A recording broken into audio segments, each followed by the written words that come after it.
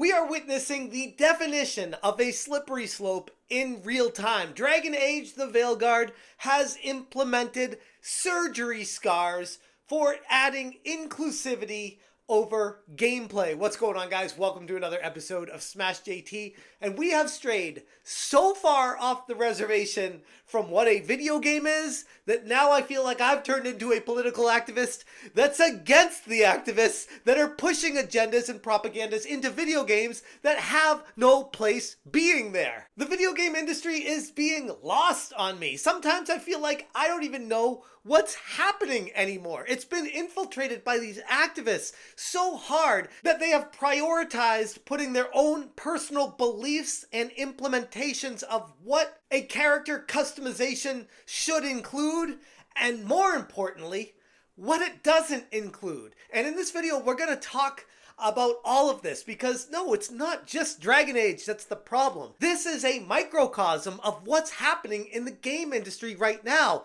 And it's why I and so many other people are speaking out about it. Because this kind of stuff, if you don't say anything, it destroys the very foundation of the gaming industry. Which, let's be honest, that's exactly what they want to do. Hit that subscribe, give me a like, and check out SmashJT.com for the full article talking about how Dragon Age Veilguard has implemented some seriously questionable changes in their character customization. BioWare's upcoming Dragon Age the Veilguard has unveiled a character creation feature that allows players to add top surgery scars to their avatars. And before I even go further in this, typically I would say character customization is fine. Do whatever the hell you want to do with it. It's your game. You know, if you want to add these things or do whatever it is, okay. But when you start doing stuff like this, it's like, wait a second. That's not really fantasy. I don't remember ever playing any kind of Dungeons and Dragons where my character had a sex change and they had an operation and they have scars from it. I don't recall any of them ever having any surgeries that required these scars to go there. If anything, if we want to go full on fantasy with this, wouldn't we just say they live in a fantasy world with magic that can cure things and fix things and change things the way they want them to be? No, apparently we have to implement some real life stuff in this so we can see ourselves, because it's all about representation.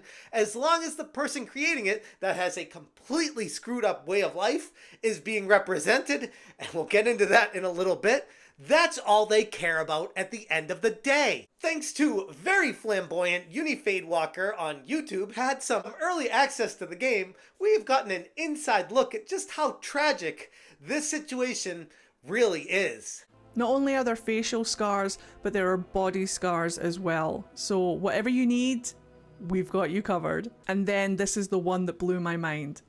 Top surgery scars are also included in this for all of our trans and non-binary rooks out there.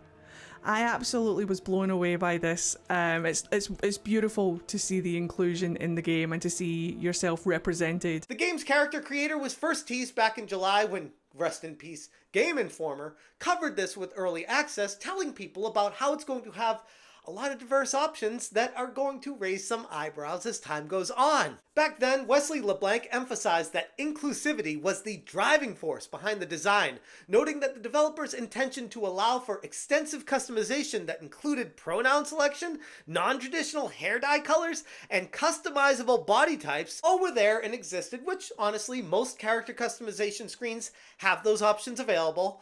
But then when you see how they don't allow you to adjust the butts and the chest beyond just like a very basic minimal size, you gotta wonder, why are they picking scars as something you can add on and focus, but yet you can't give your girl huge tits or have a huge ass?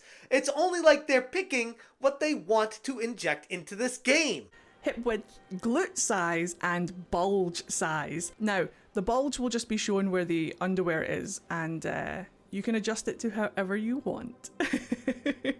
I had some fun playing around with the bulge size, I'm not gonna lie. And of course, including the ability to choose pronouns like she, her, he, him, and they, them, separately from the gender, alongside toggling between male, female, non-binary. And while some could argue that that is a step towards gender inclusivity, I would argue by doing this, it's actually the exact opposite. The scars added are top surgery. It's commonly performed as part of a female to male gender transition.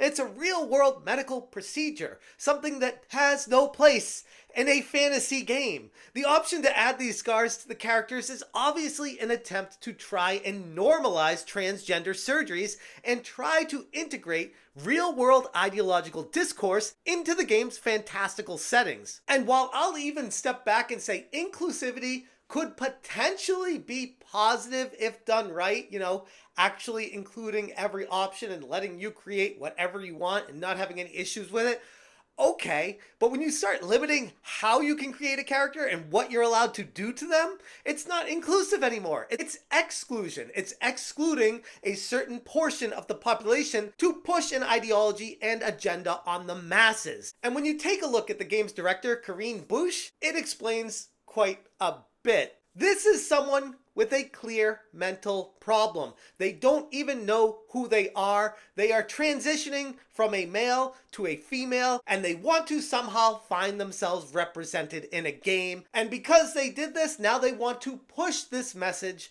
on everyone else, that it's okay to completely cut yourself up, change your gender, destroy everything that the foundation of what your character in your real life was built upon, and transition to something that is not natural. And by making the character creation format the way it's set up, it explains all you need to know about what's going on in the background with this game. A game that is clearly more concerned with delivering a social message than anything to do with an immersive RPG experience. And I already know there's going to be people thinking that, hey, Smash is transphobic. He thinks all people that are confused about gender are morons or mentally ill. But the reality is, the greater point with all of this, gamers don't want this screwed up agenda being pushed into their games. It's the same thing as if you have a character creation tool and you're going to start going down this road and allowing certain things that have literally no place in a fantasy world. And right there is my biggest issue with all of this. You can try to extract out of that what you want,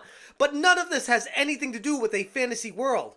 But if you're going to do that, you need to include everything. Otherwise, all it does is expose you pushing an ideology. Then we have the game's creative director, John Epler, who previously confirmed that all companion characters would be canonically pansexual. This means that no matter what the player's chosen gender or preferences are, all romance options are wide open, which is a significant departure from classic traditional RPG mechanics, allowing players to craft unique relationships based on how you progress through the game. Now, nope, everything's all open for everyone. Just have sex everywhere and be with everyone, and that's all fine because it's a fantasy game and you can do all that.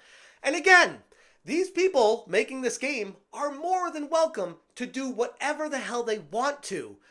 Just like gamers are more than welcome to not buy the game. While I'm sure there are going to be some people out there that see this character creator as an expression of support for marginalized groups, I view it as BioWare crossing a line that should not be crossed by embedding real-world controversial issues into a fantasy universe where they have no place being. Rather than providing gamers with an engaging escape, the game, if you want to even call it that, is becoming a tool, a vehicle, if you will, to push modern gender and sexual politics, ideologies, gender dysphoria, confusing people, making them think it's okay to do these things. That's why this is such a big deal. People might watch this video and be like, oh man, look at that dude having a complete meltdown over just a digital scar on a character. Like, it's not even a big deal. You don't have to add them. You don't have to do it. It's like, okay. But also, what about the kids that are like, oh, I can add a scar on top of their chest? Well, that's weird. Why would I want to do that? Let me research this. Oh, wait, because people get sex change surgeries and in some states it's totally legal to completely mutilate a body? Oh, okay. I'm feeling like I'm not my gender today. I'm going to investigate this further and start heading down that road. This is one of those things that it is not okay. It's just not, in my humble opinion, and plenty of other people out there as well. It's a very dangerous road to be heading down. And it's a game like this that is championing the idea, and anyone that dares call it out is apparently automatically a bigot for doing so. But it's definitely not just me. Stuttering Craig on Twitter said, FYI, my retail insider says Dragon Age the Veilguard has 1,069 pre-orders total in their 900 plus stores. To put in perspective, Zelda Echoes of Wisdom has had over 4,400 in the last 2 weeks. That is a huge difference between one game and the next. And Dragon Age is not a no-name game. Dragon Age has a huge following behind it. And this is one of those games that is being completely destroyed because of the developers creating the game. And again, they're more than welcome to do what they want to do, but the audience is not going to purchase it. It's going to fail because of that. And you're going to blame the gamers like you always do, when at the end of the day, we are telling you, make the game free of politics, agendas, political narratives, pushing gender dysphoria and ideologies that you feel like the masses should indoctrinate themselves with and embrace. When at the end of the day, people just want to play a fun fantasy game to escape all this BS. They don't want to add it into that. And if you can't understand that, you don't belong in the game industry. Anyways, I'm going to leave it there. If you guys want more information, check out smashjt.com for the full article breaking down all this information. Shout out to thatparkplace.com, Stuttering Craig, and all the other bunch of information, Manga Lawyer on Twitter, along with a slew of other people. There's a ton of people covering this and looking into it because it is a problem. This is an issue. This is something that gamers need to rise up, speak out against it, and say, we don't want this in our games. Get it the hell out, or you get the hell out. If you guys appreciate what I'm doing, hit that join button. Thank you so much for watching, and as always, you stay smashing. Now, underwear. This is interesting for me because there are 3 different types of underwear you can choose, and this comes up later on in, for example, romantic cutscenes. Smash,